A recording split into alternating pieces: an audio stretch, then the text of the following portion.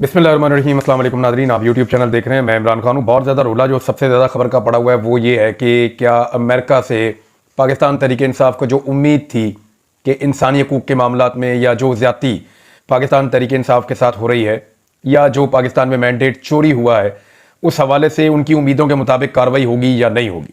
देखिए, ओवरसीज़ पाकिस्तानियों ने इस पर बड़ी मेहनत की है। चाहे अमेरिका है, चाहे यूरोप है, चाहे बरतानिया है, चाहे ऑस्ट्रेलिया है, पूरी दुनिया में ओवरसीज़ पाकिस्तानियों ने बहुत ज़्यादा लॉबिंग की है। अपने सारे वसाइल उन्होंने इस्तेमाल किए हैं और वो बहुत सारी चीज़ों को उन्होंने अचीव भी किया है।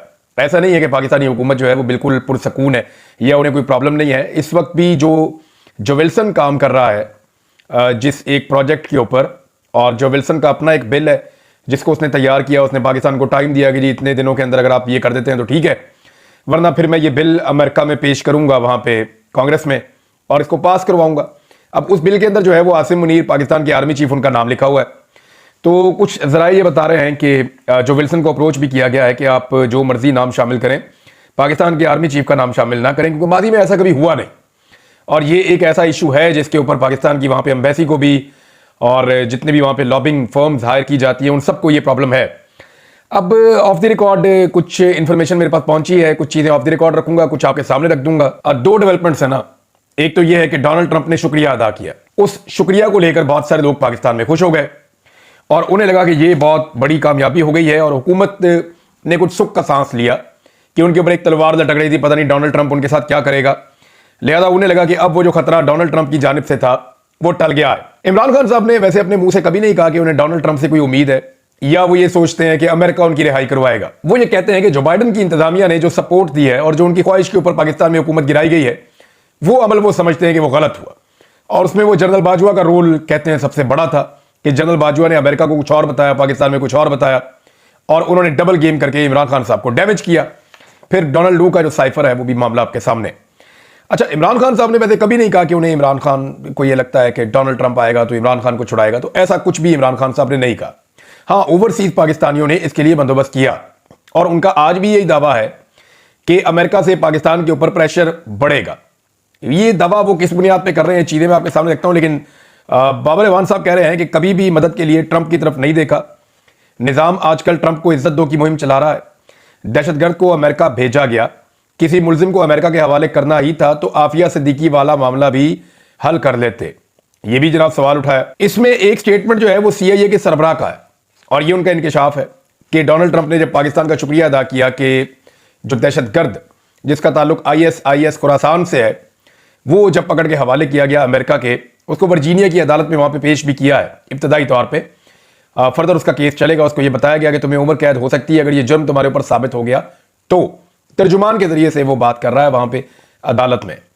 तो अब ये जो CIA के सरबराह है उसने इंकशाफ किया कि पाकिस्तान ने काबुल हमले के मास्टरमाइंड की गिरफ्तारी में हमारी मदद की है। पाकिस्तान से कहा था कि अच्छे ताल्लुकात करने हैं, तो ये जो हमला हुआ था काबुल एयरपोर्ट पे, इस हमले की दहशतगर्द की गिरफ्तारी जो है हमारी तरजीह है।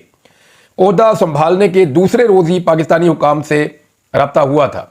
ये CIA के सरबराह ने इंकशाफ किया है। कुछ जगहों पे ये बात रिपोर्ट भी हुई है। लेकिन ये जो सारा मामला है ये एक एपिसोड है। मेरा ओवरसीज पाकिस्तानियों से रब्ता हुआ है जो अमेरिका में अमेरिकन हुकूमत के साथ एंगेजमेंट में है, जो विल्सन से भी मिलते हैं, बाकी लोगों से भी मिलते हैं, सेनेटर्स के साथ राब्ते में भी रहते हैं।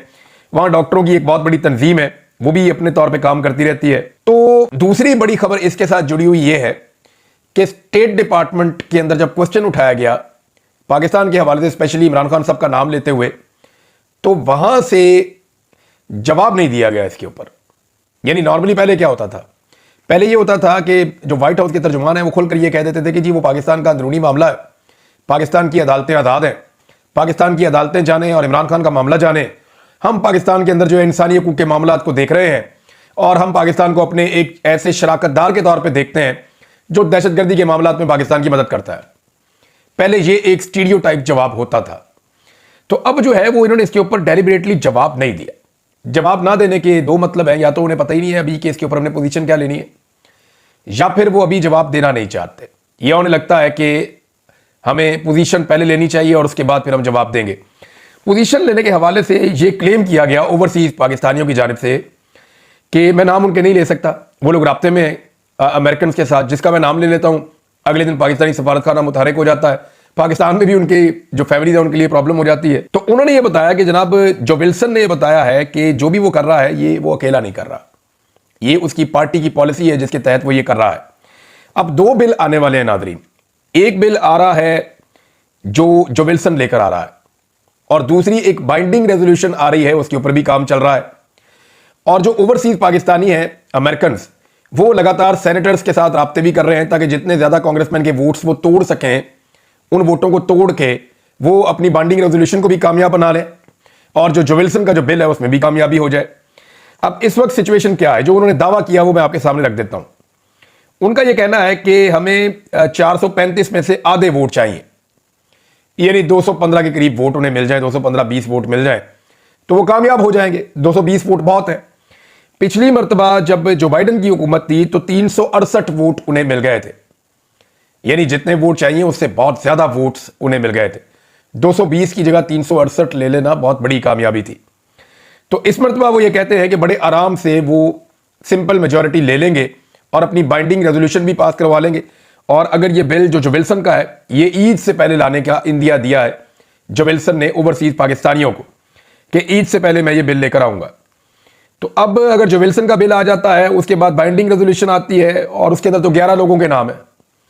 जो विल्सन ने तो सिर्फ अभी एक आर्मी चीफ का नाम लिखा है और साथ में उन्होंने नथी किया है कि इनके साथ साथ जो बाकी अफसरान हैं या बाकी लोग हैं उनकी फैमिलीज हैं ये सबको जो है बैन किया जाए। लेकिन जो बाइंडिंग रेजोल्यूशन आ रही है उसमें 11 नाम शामिल है अब तक की इतला के मुताबिक, और उसके ऊपर सेनेटर्स के साथ मुलाकातें ओवरसीज पाकिस्तानी जो हैं जो डायस्पोरा वहां मौजूद है वो मुलाकातें कर रहे हैं और उनका ये क्लेम है कि वो बड़े आराम से सिंपल मेजॉरिटी हासिल कर लेंगे। ये दबाव तो आएगा पाकिस्तान की मिलिट्री एस्टेब्लिशमेंट पे भी, पाकिस्तान की हुकूमत के ऊपर भी एक दबाव आएगा अगर अमेरिका की जानिब से पाबंदियां लगती हैं। तो अमेरिकन मीडिया पहले ही कह चुका है कि पाकिस्तान पे और अफगानिस्तान के जो शहरी हैं उनके ऊपर अमेरिका में दाखिले पर पाबंदी लगने जा रही है, और उसका रीज़न ये है कि अमेरिकन अपनी सिक्योरिटी को लेकर काफ़ी फिक्रमंद है और उन्हें लगता है कि बदला लिया जा सकता है अमेरिका में आकर पाकिस्तानियों की जानिब से या अफगानियों की जानिब से। वैसे भी दहशतगर्दी जो है वो इस वक्त अफगानिस्तान से ज़्यादा पाकिस्तान में है। पाकिस्तान दुनिया का दूसरा बदतरीन मुल्क है दहशतगर्दी के अदाद-ओ-शुमार को लेकर, और ये एक इंतहाई अफसोसनाक डेटा है जो बाकायदा जारी किया गया है। टेररिज्म इंडेक्स को जब आप देखते हैं तो आपको पता चलता है कि कैसे पाकिस्तान इस वक्त दहशतगर्दी की आग की लपेट में। आर्मी चीफ गए जी बन्नू, उन्होंने बन्नू का दौरा किया और उन्होंने वहाँ पे ब्रीफिंग वगैरह ली, फिर वहाँ पे उनके कुछ स्टेटमेंट भी आए। तो जो हथियार इस्तेमाल किए गए हैं बन्नू वाले अटैक में वो गैर मुल्की हथियार है, ये बहुत अहम है। और दूसरा उन्होंने ये क्लेम किया और ये उन्होंने कहा कि अफगानिस्तान की सरजमीन जो है वो महफूज पनाहगाह है दहशतगर्दों की, और उसे इस्तेमाल किया गया है और दहशतगर्द वहाँ से आए और उन्होंने पाकिस्तान के अंदर अटैक किया। अब ये इसमें दो राय है। एक राय जो है मौजूदा हुकूमत की है, हुकूमत ये चाहती है कि अमेरिका के साथ मिलकर पाकिस्तान अफगानिस्तान में ऑपरेशन करे और अफगानिस्तान को असलहे से पाक करे। अब ये एक ऐसा एडवेंचर है जिसमें अमेरिका को दोबारा से एक जंग की दावत दी जा रही है कि जो जंग आप पीछे 20 साल लड़के नहीं जीत सके, आप दोबारा आए, जो असला आप यहां पे छोड़ के भागे हैं अब दोबारा उस असले को वापस लेने का टाइम आ गया, तो आए अफगानियों के साथ लड़ते हैं। तो क्या ये पॉसिबल होगा, अमेरिका इस लड़ाई में आएगा? तो साफ मेरी तरफ से ये जवाब, और मैं क्लियरली आपको बता रहा हूं कि अमेरिका कभी भी इस लड़ाई के लिए अपनी फौजें नहीं उतारेगा। तो क्या वो बाहर बैठ के पाकिस्तान की फौज को लड़वाएगा अफगानियों के साथ, इस बारे में अभी हम कुछ नहीं कह सकते। लेकिन ये बात कंफर्म है कि पाकिस्तान अमेरिका को इस लड़ाई के अंदर लाना चाहता है, क्योंकि पाकिस्तान में इस वक्त दो तरह की सोच है। एक जो हुकूमत की सोच है या एस्टेब्लिशमेंट की है, उन्हें लगता है कि अफगानिस्तान के साथ सख्ती के साथ डील करना चाहिए।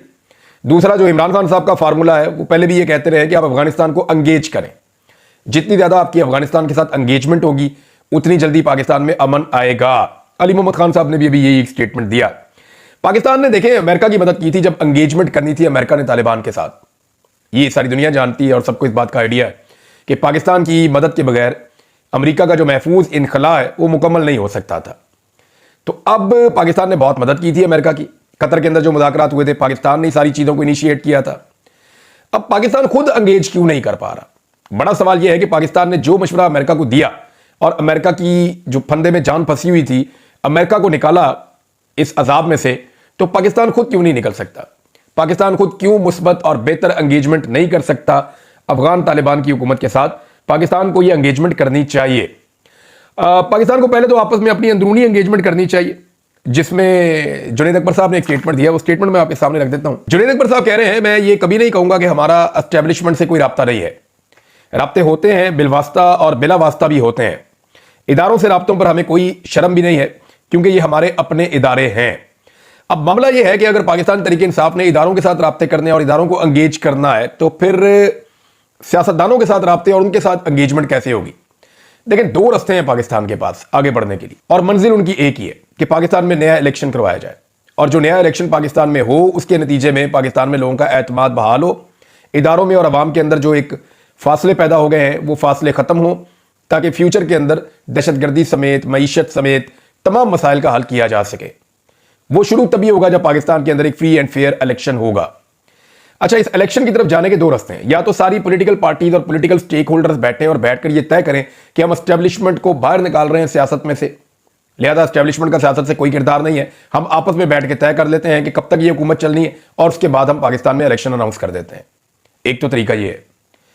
अब अगर ये तरीका नहीं अपनाया जाता, इस तरीके पर आने के लिए जो हुकूमत की जमातें हैं वो डरती हैं, उन्हें खौफ है। बिलावल को लगता है कि उसकी बारी आ सकती है, जरदारी साहब को लगता है कि वो अपने बेटे को अपनी जिंदगी में वजीर आजम देखना चाहते हैं, तो यही मौका है और वो उसको वजीर आजम बना सकते हैं। तो अगर ये लोग एंगेजमेंट नहीं करते तो फिर for the sake of country Pakistan Tehreek Insaf को एस्टेब्लिशमेंट के साथ बात करनी पड़ेगी। अब ये पाकिस्तान तहरीक इंसाफ की एक कमजोरी आप समझ लें कि वो जब भी एस्टेब्लिशमेंट से बात करते हैं वो बता देते हैं कि जनाब हमारी एस्टेब्लिशमेंट के साथ बात हो रही है, यहां तक बात पहुंच गई है। जबकि शहबाज शरीफ साहब डिक्की पे बैठ गए, लेकिन उन्होंने कोई बात बाहर नहीं निकाली। शहबाज शरीफ साहब के साथियों ने या शहबाज शरीफ साहब ने जितनी एंगेजमेंट की, जब तक कि उन्हें कामयाबी नहीं मिल गई तब तक उन्होंने कोई बात बाहर नहीं निकाली। अब मामला यह है कि एस्टेब्लिशमेंट को अगर एंगेज करके भी सियासत से बाहर धकेल दिया जाए तो ये एक बहुत बड़ी कामयाबी है। यानी जब शहबाज शरीफ साहब मुज़ाकरात कर रहे थे या नवाज शरीफ साहब और उनकी पार्टी जब एंगेजमेंट कर रही थी, जब प्लान बना रहे थे इमरान खान साहब की हुकूमत को गिराने का, तो उस प्लान के अंदर एस्टेब्लिशमेंट को सियासत से बाहर निकालना कहीं शामिल नहीं था। बल्कि हुआ यह कि उस प्लान के नतीजे में एस्टेब्लिशमेंट सियासत के अंदर ज्यादा धंसती चली गई, और अब सूरत हाल यह है कि पाकिस्तान की हर अहम पोजीशन के ऊपर फौज बैठी हुई है और मिलिट्री एस्टेब्लिशमेंट को पूरी तरह से एंगेज कर दिया गया है। यानी सिंपल अगर हम ये कहें कि वुज़रा खुद मानते हैं, हम क्या कहें। राणा सनाउल्लाह साहब बता रहे हैं कि जी हम तो लाए नहीं परवेज खट्टक को, मोहसिन नकवी भी हमारा आदमी नहीं है, जिनका आदमी आप जानते हैं, फैसल वाडा का ताल्लुक इस कबीले से आप जानते हैं। तो इस हुकूमत के अंदर बहुत सारे ऐसे एलिमेंट हैं, वजीर खजाना समेत, जिनका मौजूदा हुकूमत के साथ ताल्लुक नहीं है या सियासी जमातों के साथ ताल्लुक नहीं है, वो एस्टेब्लिशमेंट के नुमाइंदे हैं। तो बिलवास्ता तौर पर पीछे बैठ के एस्टेब्लिशमेंट ही इस निज़ाम को चला रही है। तो एस्टेब्लिशमेंट को एंगेज करके अगर उनको सियासत से बाहर निकाला जा सके तो इससे बेहतर तो कुछ नहीं हो सकता। अब या तो ये काम सारी पॉलिटिकल पार्टीज मिलकर कर लें, या फिर पाकिस्तान तहरीक इंसाफ को एस्टेब्लिशमेंट को रास्ता देना पड़ेगा कि आप इस मामले से निकल जाएं, हम जाने और सियासत जाने और पाकिस्तान जाने, और हमें free and fair election Pakistan में करवाने दें ताकि पाकिस्तानियों का एतमाद बहाल हो सके। नाज़रीन, IMF के साथ मुज़ाकरात चल रहे हैं, और मुज़ाकरात के अंदर जो है ना वो एक पॉजिटिव चीज़ ये है कि जो सरकारी अफसरान हैं उनका पता ही नहीं चलता था इनके असासे कितने हैं, और इसके ऊपर IMF ने एक शर्त रखी थी कि जनाब सरकारी अफसरान के जो असासे हैं ये मामला जो है वो सामने लाए जाए। तो अब उसके लिए हुकूमत ने आमादगी दायर कर दी और फैसला हुआ है कि एक पोर्टल बनाया जाएगा जिसके ऊपर जो बड़े सरकारी अफसरान हैं उनके असासे उसके ऊपर लगा दिए जाएंगे, जनाब इन्होंने इतना कमाया, इतने पैसे, इतनी तनख्वाह इनकी, ताकि चीज़ें जो हैं वो क्लैरिटी के साथ आवाम के सामने आ जाएं। नाज़रीन, एक और बड़ी खबर है आज के दिन में, बल्कि मेरे लिए तो सबसे बड़ी खबर ये है, शहीद अरशद शरीफ का जो अज खुद नोटिस लिया हुआ है सुप्रीम कोर्ट ऑफ पाकिस्तान ने उनकी शहादत का, वो केस आज लग रहा है सुप्रीम कोर्ट ऑफ पाकिस्तान में। नाज़रीन, इस केस को अब आईनी बेंच सुनेगा। जस्टिस अमीनुद्दीन खान की सरबराही में 5 रुकनी आईनी बेंच आज जुमे के रोज इसकी समाअत करेगा, और अरशद शरीफ कत्ल अज खुद नोटिस केस की समाअत होगी। इसमें जमाल खान मंदुखेल साहब, जस्टिस मोहम्मद अली मजहर साहब बेंच में शामिल हैं, नईम अख्तर अफगान साहब भी शामिल हैं, जस्टिस हसन अजहर रिजवी साहब भी, और जस्टिस शाहिद बिलाल साहब भी इस बेंच का हिस्सा है। तो अरशद शरीफ साहब की जो शहादत है, शहीद अरशद शरीफ की, हम तो इसके ऊपर उम्मीद रखते हैं कि आज नहीं तो कल इंसाफ होगा। सबसे पहली चीज़ जो देखने वाली है, सुप्रीम कोर्ट ऑफ पाकिस्तान अगर कुछ देखना चाहती है तो वो ये देखे कि अरशद शरीफ पर 1.5-2 दर्जन मुकदमात किसने किए थे। यानी एक साथ इतने सारे मुकदमात कर दिए गए, फिर उनके लिए ज़मीन तंग कर दी गई, फिर उनसे उनकी नौकरी छीन ली गई, फिर उन्हें इतना मजबूर किया गया कि वो पाकिस्तान से बाहर चले गए, फिर जिस मुल्क में वो गए वहाँ से भी उन्हें निकलवा दिया गया, फिर एक तीसरे मुल्क में जहाँ पे वो मौजूद थे वहाँ उन्हें कत्ल करवा दिया गया, और उस मुल्क के अंदर अदालतें ये कह रही हैं कि ये गलती नहीं हुई, इस आदमी को डेलिबरेटली टारगेट करके कत्ल किया गया है। तो अब ये जो शहादत है इसके ऊपर सुप्रीम कोर्ट ऑफ पाकिस्तान के सामने बहुत सारी चीज़ें आ चुकी हैं। ये निज़ाम का कसूर है। आज भी बहुत सारे सहाफ़ी जो हैं वो पाकिस्तान में मौजूद नहीं है, उनमें से एक मैं भी हूँ। मुझे लगा मुझे कत्ल कर दिया जाएगा तो फिर मैंने पाकिस्तान को छोड़ दिया। इसी तरह साबिर शाकिर साहब हैं, मुहित पीरजादा साहब हैं, वजाद खान साहब हैं, अहमद दुरानी साहब हैं और बहुत सारे जर्नलिस्ट हैं जो पाकिस्तान में नहीं रह सकते। शाहिद असलम साहब हैं हमारे, वो पाकिस्तान ना जा सकते हैं ना वहाँ पे रह सकते हैं, उन्हें विक्टिमाइज किया जाता है। लिहाजा ये जो कुछ भी हो रहा है पाकिस्तानी सहाफ़ियों के साथ, इस सिलसिले को रुकना चाहिए। अगर बंद बांधना है तो सुप्रीम कोर्ट ऑफ पाकिस्तान ऐसा कर सकती है। और मैं बतौर सहाफ़ी, क्योंकि मैं सेम हालात से गुजर रहा हूँ, मैं सुप्रीम कोर्ट ऑफ पाकिस्तान के साथ हर तरह की मावनत करने के लिए तैयार हूँ। वो जब कहेंगे मैं हर तरह की मावनत के लिए हाजिर हूं। नादरीन, क्योंकि बार बार बात होती है नए इलेक्शंस की, तो फिर नया इलेक्शन कमिश्नर भी आना चाहिए, क्योंकि पिछला जो इलेक्शन कमिश्नर है, चीफ इलेक्शन कमिश्नर ने जो कुछ किया, जो उनके कारनामे हैं, वो पूरी दुनिया के सामने है। कैसे उन्होंने एक पॉलिटिकल पार्टी से इंतखाबी निशान छीन लिया, कैसे उनके दफातर के बाहर जो है वो पॉलिटिकल पार्टी के जो लोग आते थे कागजात नामजदगी जमा करवाने के लिए, उनसे कागजात नामजदगी छीन लिए जाते थे। कैसे उन्होंने बिल्कुल लेवल प्लेइंग फील्ड दिया ही नहीं, कैसे इतने बड़े पैमाने के ऊपर जो है कागजात नामजदगी मुस्तरद किए गए और सेकंड और थर्ड चॉइस जो है पाकिस्तान तहरीक इंसाफ की, उनको अजीबोगरीब किस्म के इंतखाबी निशानों के साथ छोड़ा गया मैदान में। कैसे एक एक घर के जो वोटर्स हैं उनको दो दो तीन तीन शहरों में फैला दिया गया कि एक वोटर बेचारा वोट डालने जा रहा है 50 किलोमीटर इधर, उसी घर का दूसरा बंदा 50 किलोमीटर इधर, उसी घर का तीसरा बंदा 50 किलोमीटर उधर जा रहा है। यानी जानबूझ के लोगों को इतना परेशान किया ताकि लोग वोट ना डाल सकें। जो इलेक्शन कमीशन का रोल था वो बहुत ही बदतरीन था। इसके बारे में आलमी कुछ जो इदारे हैं उनकी रिपोर्टें भी मौजूद हैं और वो ये बताते हैं कि पाकिस्तान की तारीख का बदतरीन इलेक्शन सिकंदर सुल्तान राजा साहब ने करवाया। तो 2 माह पहले उनकी मुद्दत मुलाजमत खत्म हो गई है और इस वक्त पाकिस्तान तहरीक इंसाफ ये कह रही है कि नया चीफ इलेक्शन कमिश्नर जो है वो तैनात किया जाए और उसका अमल शुरू किया जाए। शहबाज शरीफ साहब जो है वो इस तैनाती के अमल को क्यों रोक रहे हैं? उन्हें इसको नहीं रोकना चाहिए। वज़ीर आज़म शहबाज शरीफ और इत्तेहादी आइन की पामाली और बेतौकीरी करने पर तुले हुए हैं। अच्छा, इससे पहले जो है वो हुकूमत की जानिब से कुछ नामों पे गौर हो रहा था और वो नाम सामने आ रहे थे। तो काजी फायद ईसा साहब का नाम आ रहा था।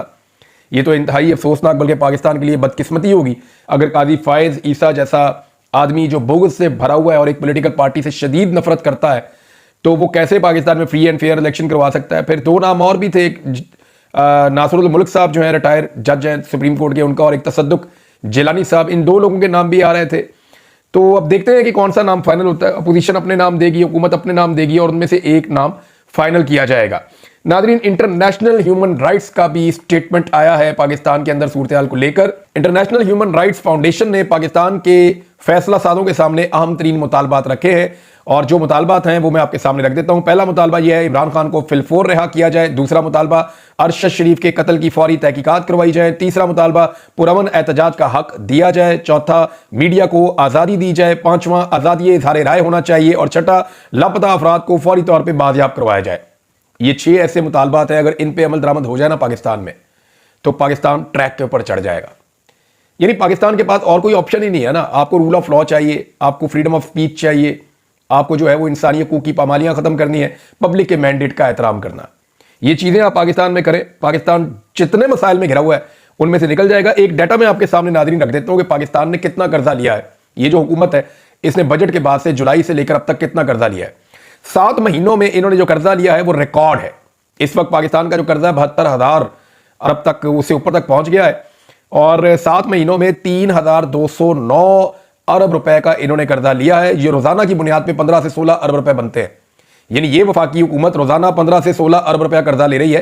फेडरल गवर्नमेंट की बात कर रहा हूं मैं, आपको सिर्फ सूबाई हुकूमतों की बात नहीं कर रहा। 15 से 16 अरब रुपया रोजाना फेडरल गवर्नमेंट, 27 किलोमीटर खर्चा अन्य वाह इनका चल रहा है। जनवरी के महीने में इन्होंने सिर्फ जो है वो 476 अरब रुपया कर्जा लिया है। तो अब तक इन्होंने कर्जों के तमाम रिकॉर्ड तोड़ दिए हैं और यह कर्जा पाकिस्तानी कौम ने वापस करना है। अब तक के लिए इतना ही। अपना ख्याल रखिएगा, अपने इस चैनल का भी। अल्लाह हाफिज।